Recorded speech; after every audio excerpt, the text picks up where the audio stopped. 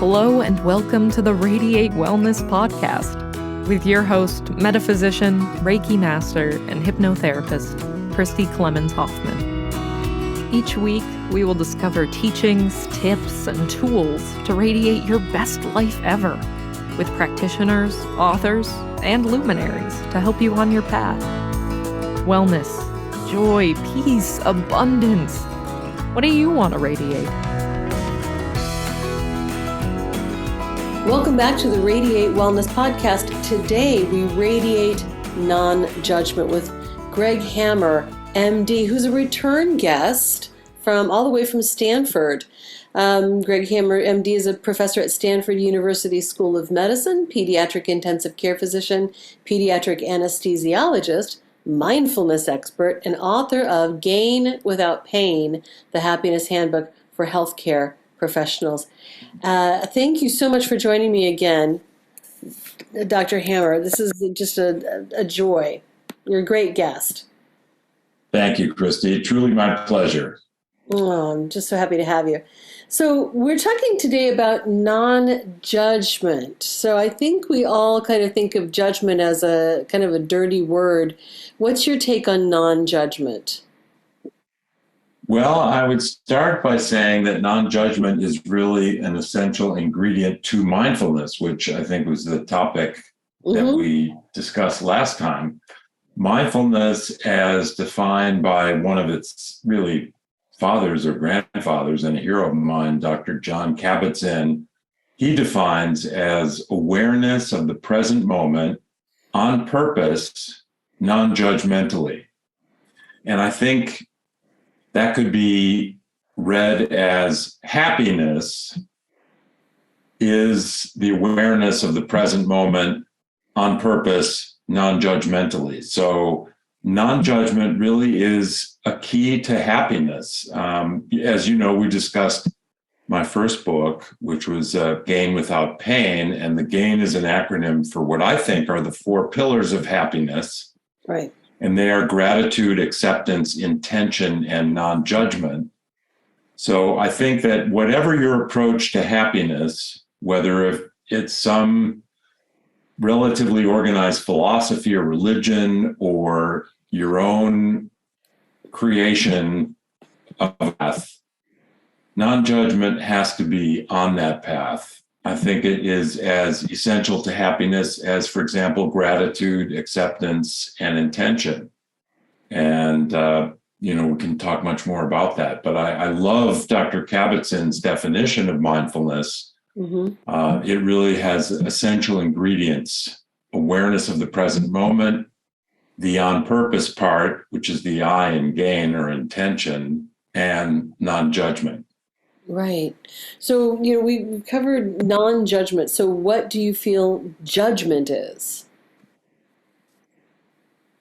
Judgment is a process that seems to be part of our brain's hardwiring system. That is, our brains seem to be programmed to evaluate everything in our environment, things that we see, hear, taste, feel.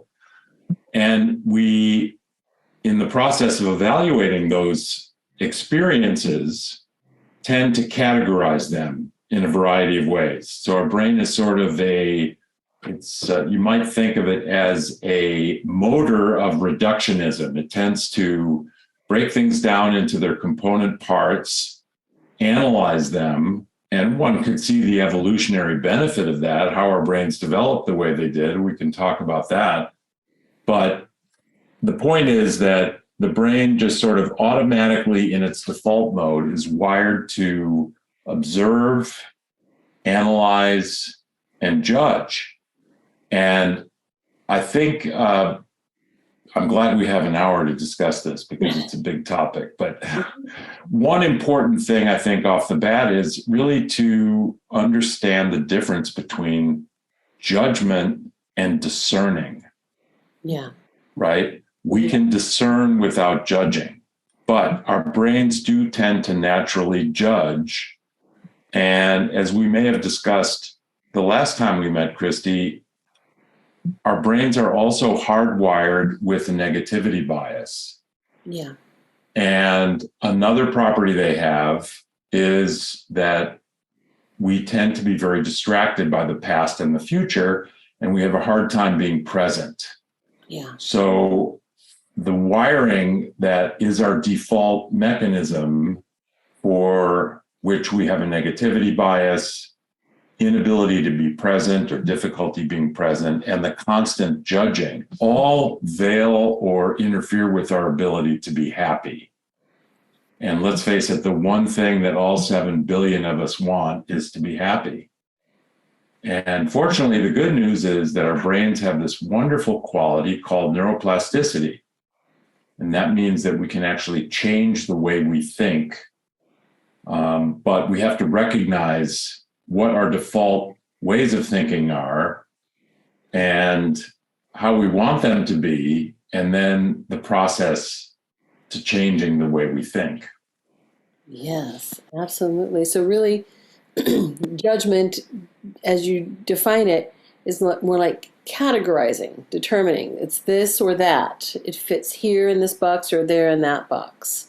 Am I following correctly? Yes, and I also think that it involves casting a hue, that is, seeing things as good or bad or better or worse or too much or too little.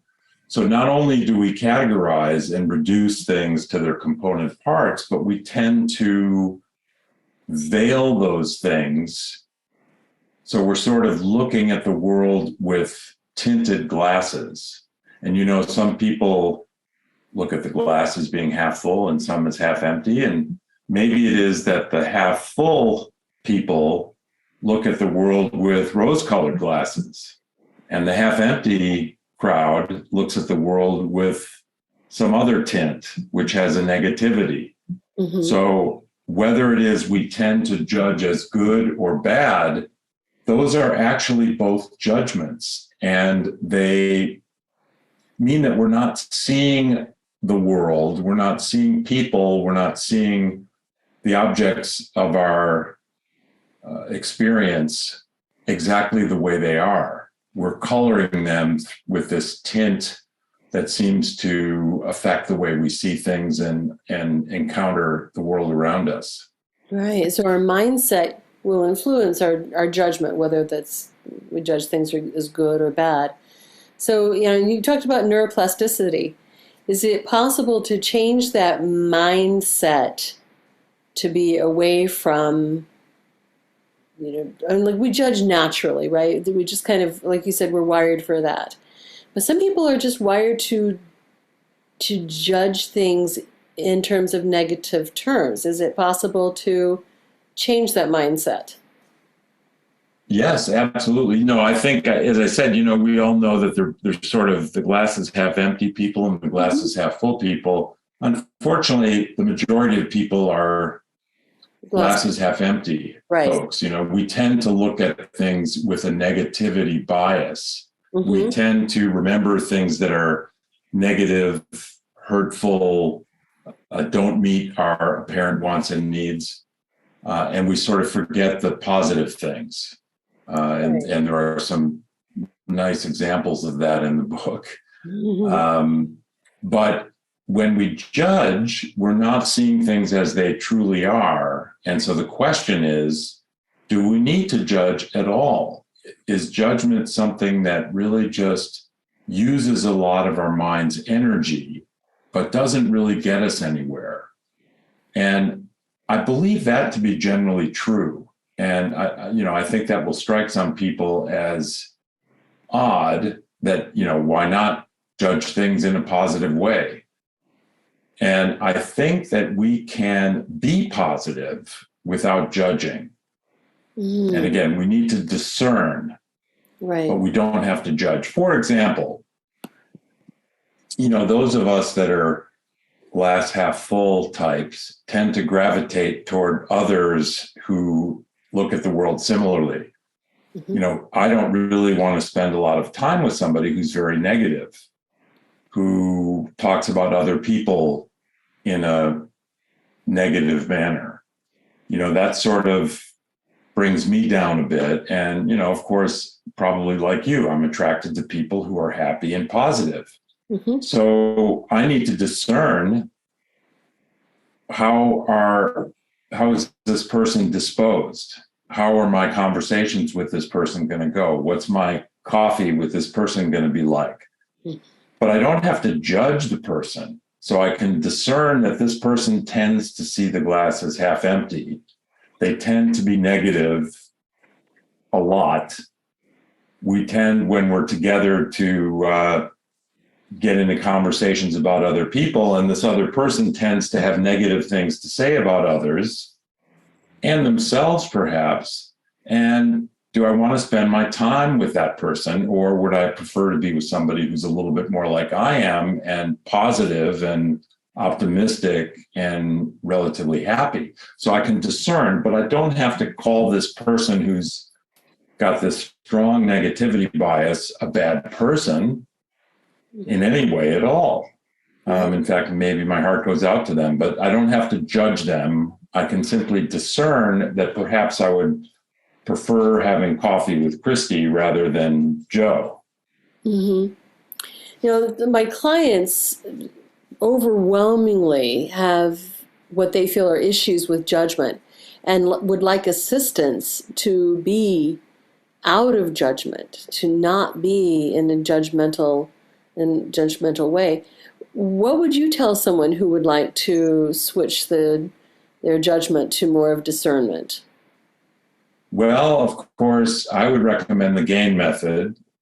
Mm-hmm. And in the GAIN method, we wake up in the morning, we open the blinds. I think that natural light is really important in the beginning of the day. We can do our hygiene thing, and then we find a comfortable place to sit. Doesn't have to be in a particular position. It can be in a chair, it can be on the floor, on a pillow, it can be on the edge of our bed or a sofa. And we close our eyes and we get in touch with our breath. We slow it down. This slows down our heart rate, lowers our blood pressure, decreases the amount of adrenaline that's circulating in our body. And then we go to contemplating that for which we're grateful, which is the G in GAIN. Mm-hmm. So I'm grateful for the opportunity to connect with you again, Christy. Mm-hmm. I'm grateful for the privilege of doing the work that I do and helping kids and their families. It's a great honor. I'm grateful for my health. I'm grateful for being in a safe place, etc. I can picture the people that I love, for which I'm grateful. And then we transition to acceptance. Acceptance is the acknowledgement that life has joy, but also pain. And again, we are induced to discern, is this a pain that I can do something about or not? And if the answer is no, I can't change it, I'm best served by accepting it. And there's a formula in the book, and I am getting to judgment, by the way. Since we have an hour, I figured I would take the longer route, because I think these GAIN elements are all interrelated. I think that gratitude, acceptance, and tension are closely related to non-judgment. So I would recommend that people have a practice that embraces each of these elements. But acceptance, as I mentioned, there's a formula in the book: suffering equals pain times resistance. So the pain is there, mm-hmm. and the more we resist it, the more we suffer. And resistance takes various forms. It can be just trying hard not to think about something that's bothering us. It can be saying it ain't so. It can be, if it's another person that's involved, depersonalizing that individual. I'm saying, oh, they brought this on to themselves, et cetera, and sort of packaging it that way. But all those are forms of resistance, and pain times resistance is suffering. And so when we do that, it actually increases our suffering. I sometimes envision Christ on the cross with stakes through his hands and feet, undoubtedly in a lot of pain. But yet I imagine that his resistance dropped to zero. That is, he completely accepted his circumstances based on his wisdom. And when resistance goes to zero, suffering goes to zero. So there can be pain without suffering. And some people say, well, pain is there, suffering is a choice. It is, in a manner of speaking, I think, because we can choose to accept, but it's not our default way of thinking. And so we have to have a practice that is directed at acceptance, just as we have to have a practice directed at non-judgment. It's not our natural way of thinking. And that's what Dr. Kabat-Zinn, when he said, what he meant when he said that happiness or mindfulness is awareness of the present moment on purpose, because we have to do it on purpose. We have to have a practice. We have to have a plan. Otherwise, our brains sort of go into their default way of maybe being ungrateful and negative and resisting and being judgmental. And then during this 3 to 5 minute practice in the morning, we've contemplated that for which we're grateful, that we accept. We contemplate our intention. So what I teach and what I practice is spend 5 seconds using your intention to be aware of what's happening in this moment. And that means listen. Of course, our eyes are closed. We're not looking. Listen to the sounds that you hear in your environment. Maybe there's an airplane in the distance that's slowly going past, and you hear this sort of Doppler effect of the change in frequency as it approaches and then gets further away. Mm-hmm. Listen for perhaps that sound of an automobile, or even sometimes the ringing in your ears. And then experience the sensations, the tingling on the bottom of your feet, or the pressure that the chair is pushing against you where you sit. Mm-hmm.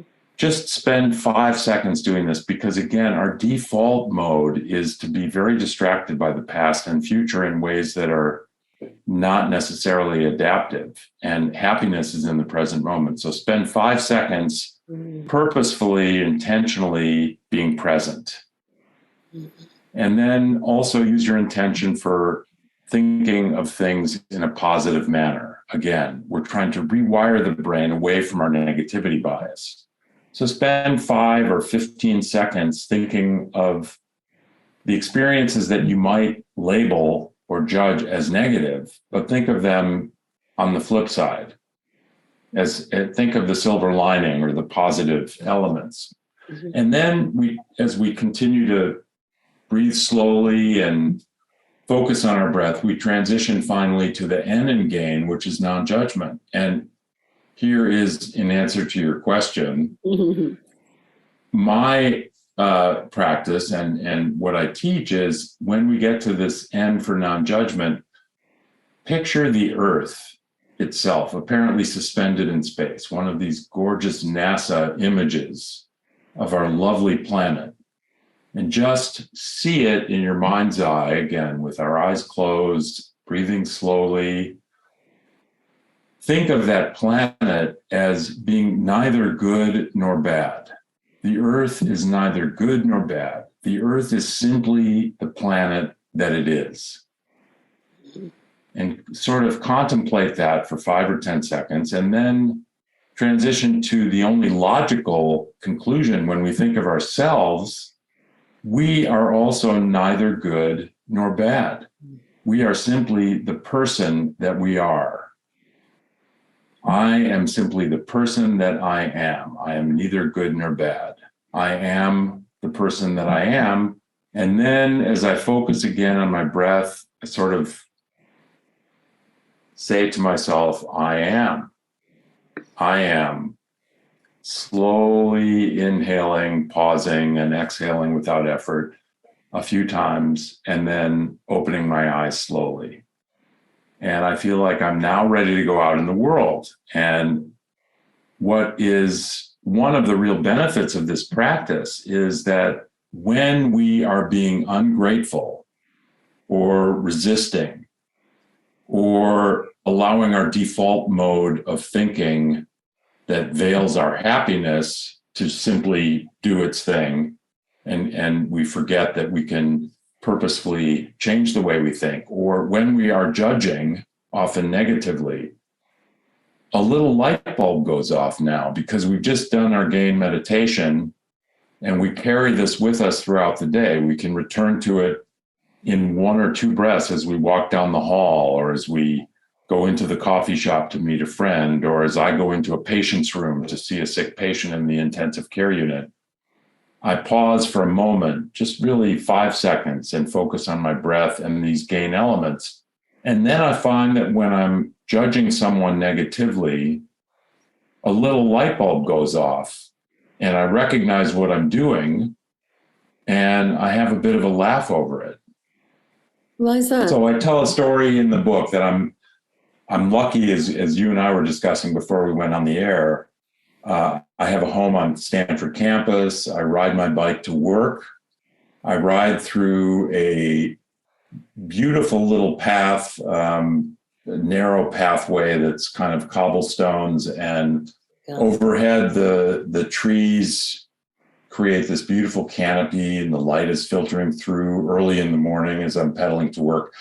And as I'm going down this path, I see that there's somebody ahead of me on foot going in the same direction that I am. And I get a little closer and I see that person has buds in his ears. And then I get a little closer and I see that he's looking at his screen. And then I get a little closer and I see, well, he's right in the middle of the path, which is narrow. He's in my way. And I'm starting to form judgments. This person is walking down this beautiful lane. Why are they looking at their screen? They're really out of touch. And they're being inconsiderate because they're walking right in the middle of the path, blocking anybody's way who wants to go by. And a light bulb goes off. I just did my gain practice, and I reminded myself that the earth and its inhabitants are neither good nor bad. They simply are who they are. And I laugh and drop the judgment. And as I pedal by this person, I look at him and smile, and he looks at me and smiles. And lo and behold, it's a pleasant interaction instead of a negative interaction where I frown at him with judgment and he's thinking, what the heck? So the practice, again, has to be purposeful, and we can rewire the way we think in baby steps. You know, we got this way over tens of thousands of years of evolution. We're not going to change overnight, but we can chip away at it with our intention and gradually rewire the way we think. And that rewiring includes becoming less judgmental, one little baby step at a time. Yeah, I love that. I love it.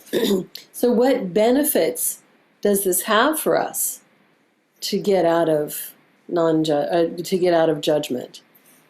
Well, I think just as I explained, I'm pedaling past this guy on the path, and instead of having a frown, I have a smile on my face, and it's actually, oh, good morning. It's nice to see you. Is the way I'm feeling now. And I get a little hit of dopamine instead of a little hit of adrenaline, or something that's going to provoke anxiety and negativity. So the benefit is we become a little bit happier the less we judge, and we begin little by little to see the world as it actually is. And this is really uplifting. I mean, I don't have to look at that flower and judge, oh, it's kind of on its way out. The edges are wilting a little bit. It's too bad. It's not attractive anymore. No, I can see that flower for exactly as it is, just going through its natural biologic phases of being a flower.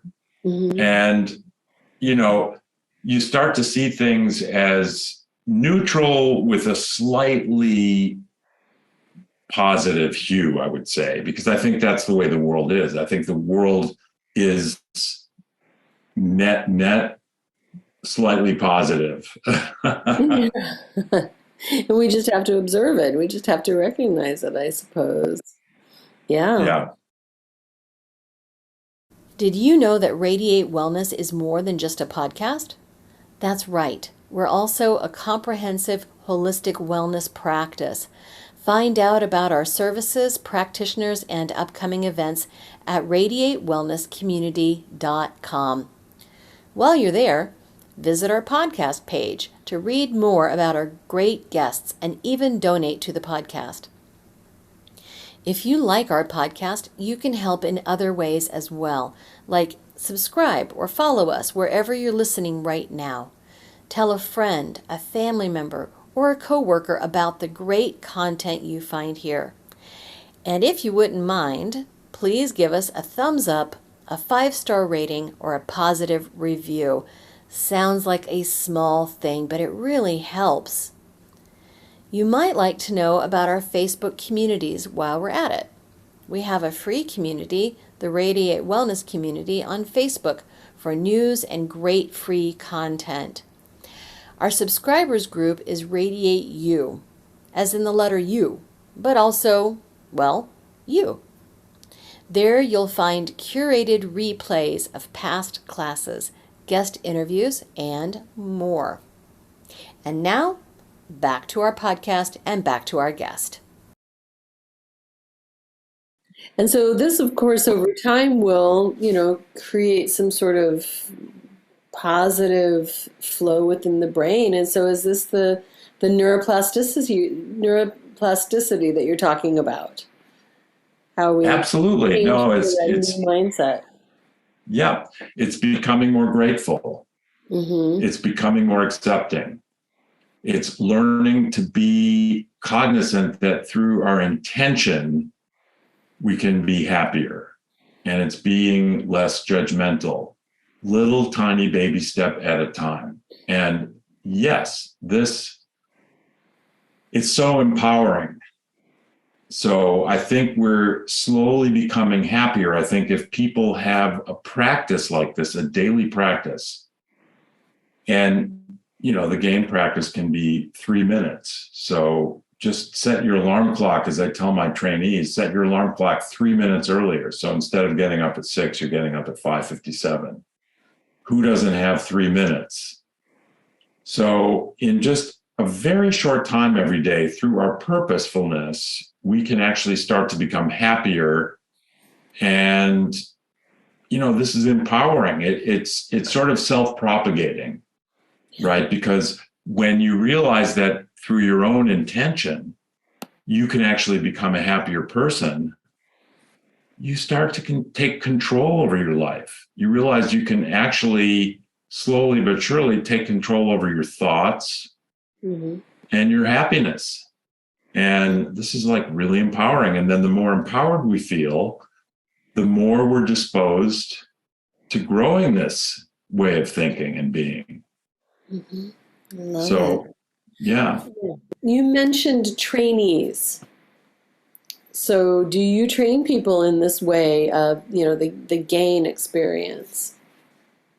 Yes. In fact, I do pediatric intensive care and pediatric anesthesiology practice. Mm-hmm. I was at a boot camp it was a 3-day sort of crash course in resuscitation and pediatric intensive care practice for new fellows. So these are people that finished their 3-year residency after medical school in pediatrics, and now they're doing 3 years of additional training in pediatric intensive care medicine. So they come to Stanford. We have this 3-day boot camp, and they come from various parts of the country. And at one point in the boot camp, the faculty were asked if they could each offer one tip, if they could give one piece of advice to the new fellows, these trainees, what would it be? And I listened to my co-faculty say things about, the importance of maintaining a good relationship with your boyfriend or girlfriend, of, staying in good physical shape, no matter what, and various other pieces of advice that I think are pretty intuitive. And when it came to me, I said, my advice would be develop a presence practice, develop a mindfulness practice, learn and commit to practicing how to be aware of the present moment on purpose, non-judgmentally. And I expanded on that slightly. I said, this is something that is going to serve you well, because your fellowship is going to be full of stress and lack of sleep, et cetera. And unless you have a practice, you're going to get overwhelmed at times. And then, went on to the next person's advice. And I overheard two of my colleagues a little bit later, I think as people were having lunch, one saying to the other, how silly that advice was, that have a presence practice. I don't really think that fellows were interested in that. Yeah. And I overheard it. And, since then I've thought about that little interaction, and my advice, periodically it occurs to me, I have this little memory of that day. And I only feel more and more confident that I gave the advice that I would give today if they asked the same question. Because I think that, people know how to, I'm not saying that we're all good at having relationships with our boyfriends and girlfriends, but of course, those involved in relationships understand empirically that, it's important to be a good partner and so on. I don't think they need to be told that. And most of us who are into fitness understand the importance of fitness, although I certainly would underscore that myself as something that is very important. But I still feel that little pearl I offered, I don't know how many of the fellows took me up on it, but if I had it to do over again, I think I would say the same thing. No, I agree. And that's something that, the medical community definitely needs to have more of, is mindfulness and the presence, being present. It's going to help patient outcomes, if nothing else, but it's going to help each individual be a better physician, practitioner, provider, right? And person, yeah. Life is full of chronic stress at its best. Mm-hmm. And that's how I got into physician wellness, as we formed a group at Stanford called WellMD to address the growing pandemic, which it really was and is, of burnout in medicine, not just physicians actually, but other healthcare providers as well. And that burnout rate, if you will, has just increased over the last 3 years for reasons that are fairly evident. But I got into our wellness group and, gave a talk at a national meeting that the group was asked to provide a faculty for. And one thing led to another, and one talk led to another. And I don't know how many talks I've given, many of them virtual, but now they're starting to be in person again. And workshops. I just gave one at a national meeting in San Francisco last weekend on wellness. So I always like talking about my research and elements of critical care and cardiac anesthesia practice. But when asked to give a couple of talks at a meeting, I usually say, well, I'm happy to talk about one of these 10 topics, and I'd like to talk about wellness. So I'm going to Istanbul in a couple of weeks and doing a wellness workshop, as well as talking on a more academic topic. So, right. It's something that I have really committed myself to. And, I think it's going to be a lifelong passion. I think so. And I love how you melded the two worlds. They seem kind of disparate, but they're really not. So How did you get into wellness and mindfulness in the first place? What is your background with that? Well, I've always been a seeker. And about 10 or 11 years ago, with the help of my brother, I met a spiritual teacher who teaches Advaita, or non-duality. And with the help of this individual, I think it was sort of the culmination of various processes that were going on in my life at that time. I realized there's nothing for which to look. It's already there. And so I had been a meditator off and on. I started meditating on this more consistently. And I've always been a fitness enthusiast and somebody who is very passionate about nutrition. My undergraduate degree is in nutritional science, biochemistry, major. Nutrition has always been a very important part of my critical care practice. We tend to starve our little patients who are recovering from major surgery and trauma and systemic infection and so on. When they need lots of calories and extra nutrition, we tend to not feed them for days and days. So that's something that I enjoy teaching and focusing on in my critical care practice. So all these things kind of came together when this WellMD group convened at Stanford. I've always had an interest in wellness. And so this was a great venue for really focusing my energy in that area. And then I had a sabbatical. I've been giving a lot of talks on wellness and burnout and its strategies of prevention and treatment. I had some sabbatical time, which is a benefit of being at an academic institution. And I thought, well, how should I spend my 6 or 9 or 12 months of sabbatical? And it just, all the arrows were pointing in the direction of writing a book at that point, because I really enjoyed getting the message out of wellness. This gain idea had sort of occurred to me as I tried to distill what I thought were the 3 or 4 most important ingredients in happiness and wellness. And so I decided to write a book. So I did. And the book did very well and led to, more talks and podcasts and wonderful sessions with people like you, Christy. And here I am. And here you are. Now, Greg, you've got some other books in the works. Well, I have written a second book, which is a handbook. The first book was originally targeting healthcare providers. So right. I entitled it Gain Without Pain, the Happiness Handbook for Healthcare Professionals. Mm-hmm.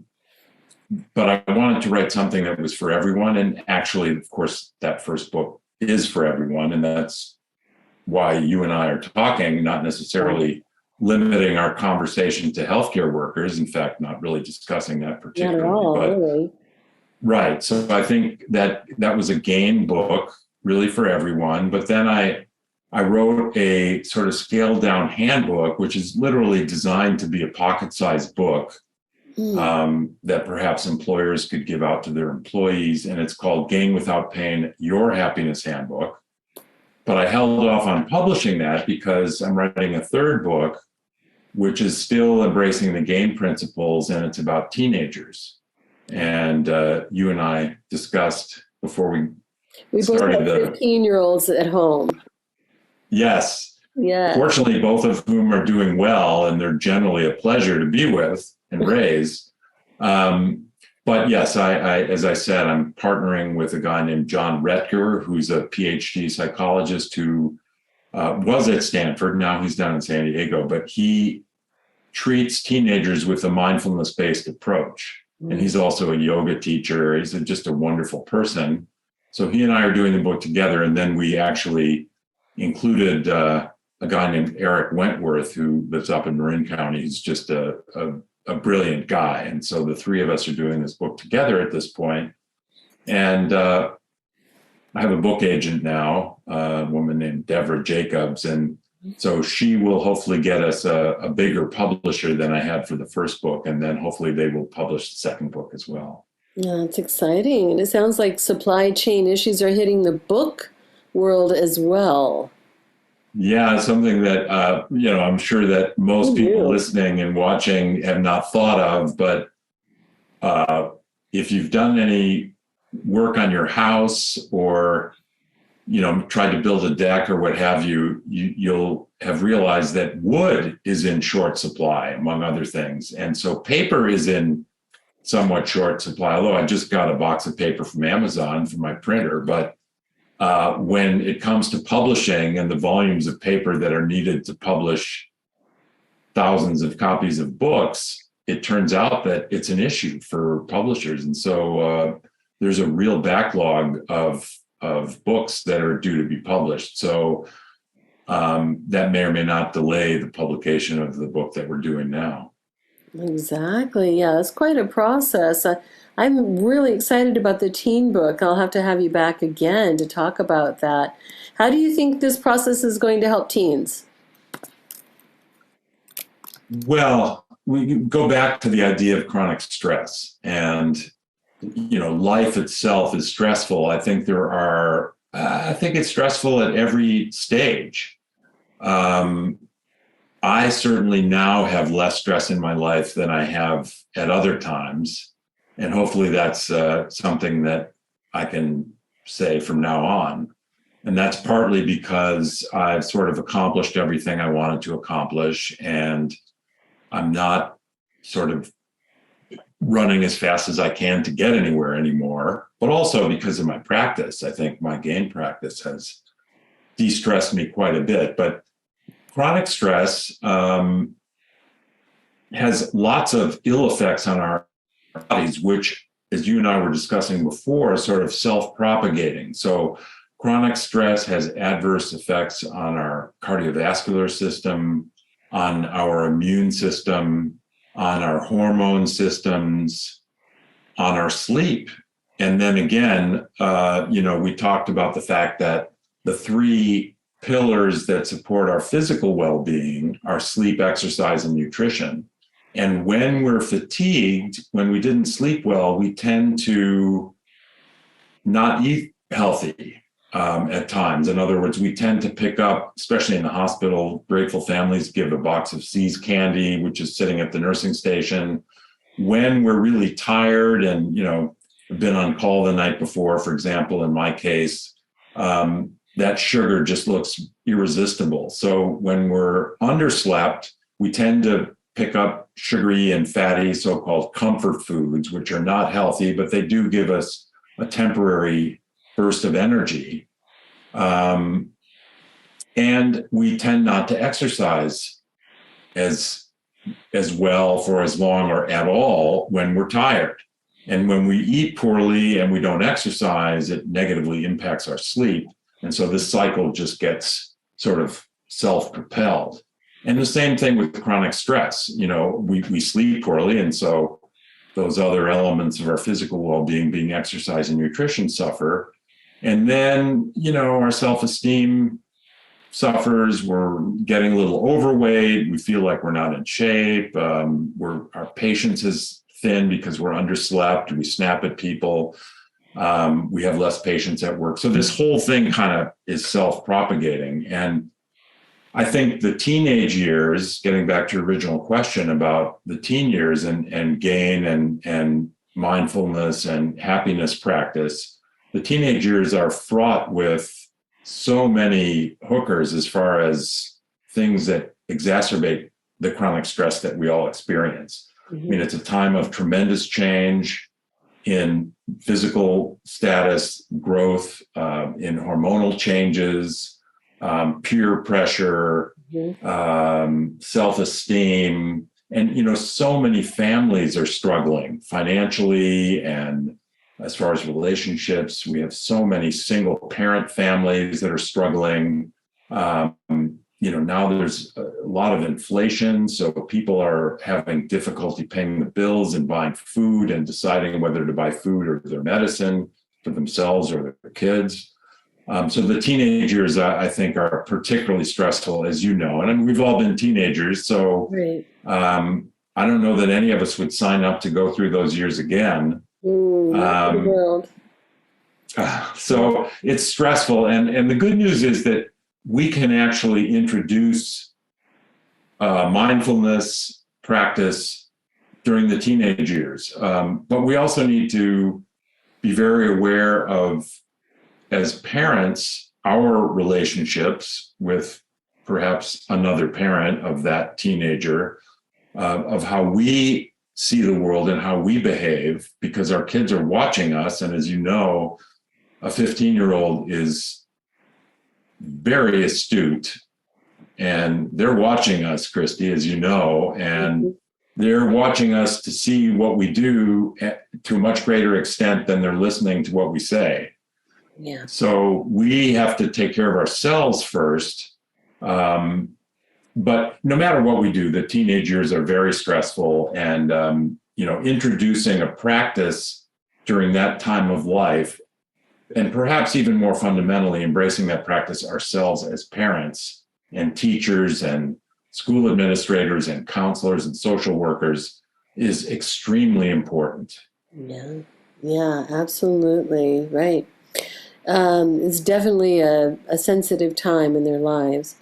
But, honestly, Greg, I think that everybody, every age, every walk of life needs this, needs this gain process. And it's a very simple, very streamlined process. How did you come up with the GAIN and encapsulate it in that way?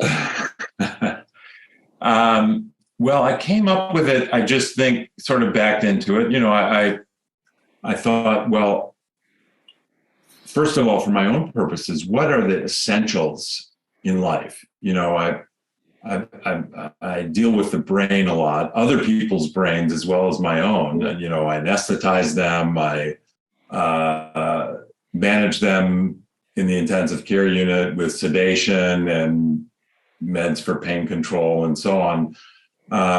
So I've obviously always been interested in the brain, and this idea of neuroplasticity is so fascinating to me. I remember when I was, I think in the first year of my post fellowship, I did a residency in anesthesiology and a residency in pediatrics, and then a fellowship in pediatric anesthesiology and a fellowship in pediatric critical care medicine. And then I was done at the age of 30 something.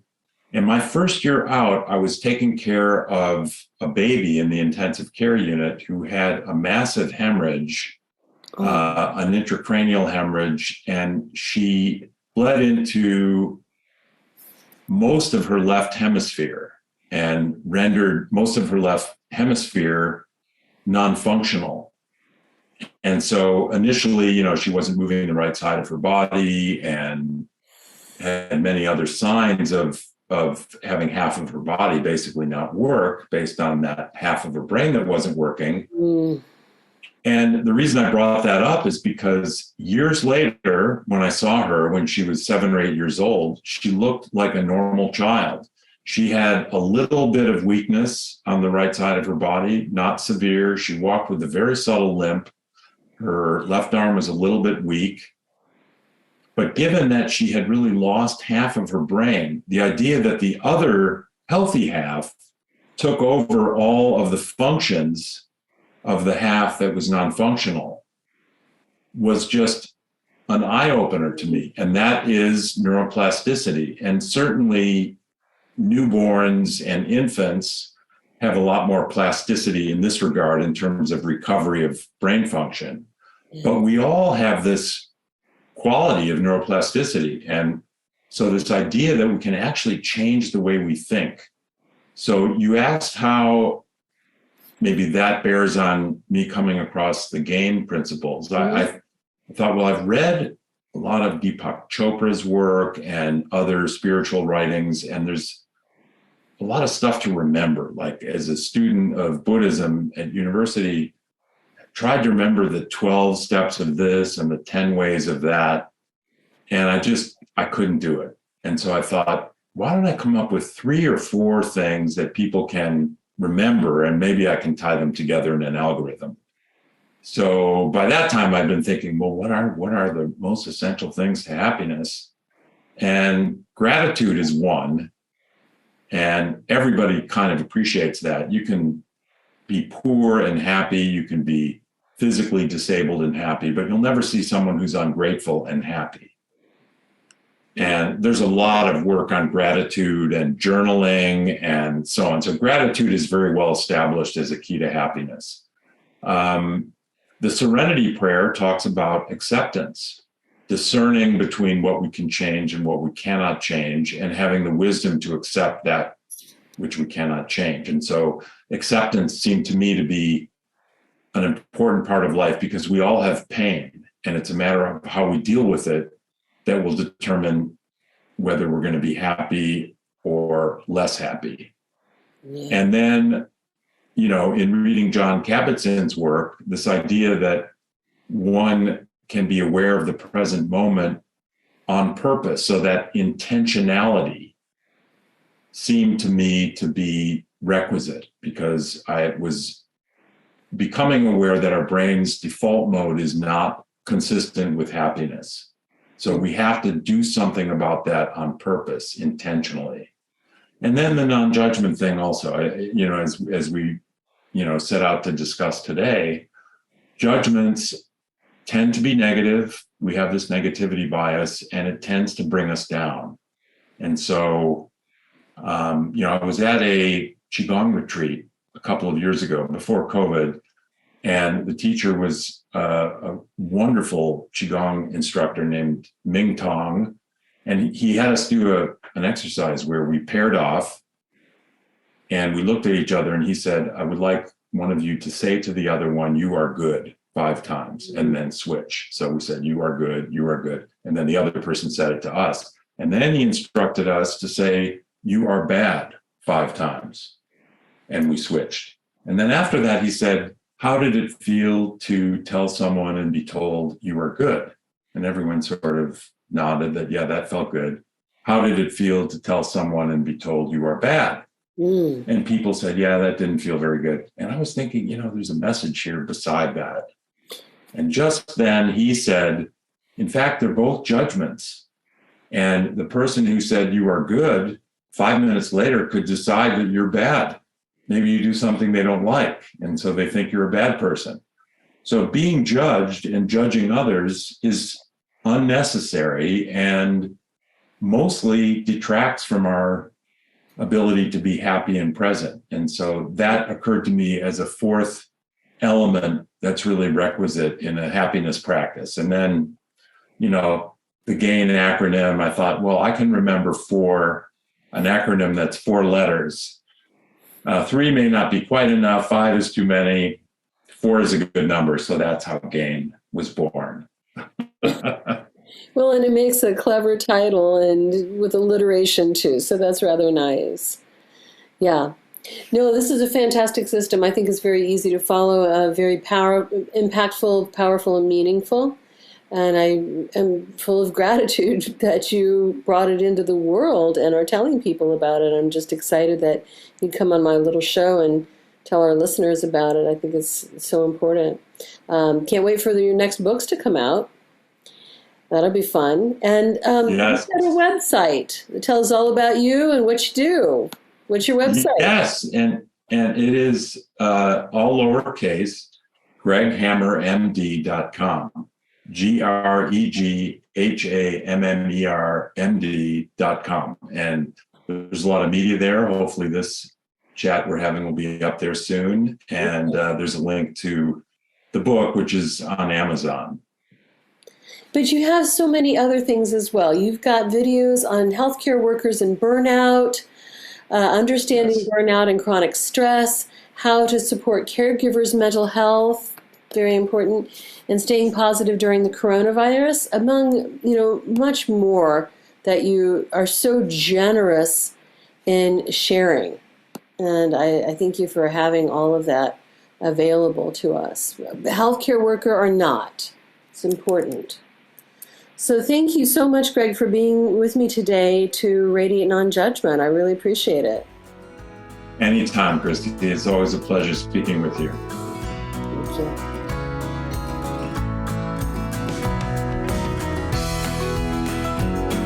Radiate Wellness is an international community of holistic and alternative healers dedicated to helping you create spiritual, energetic, and physical well-being.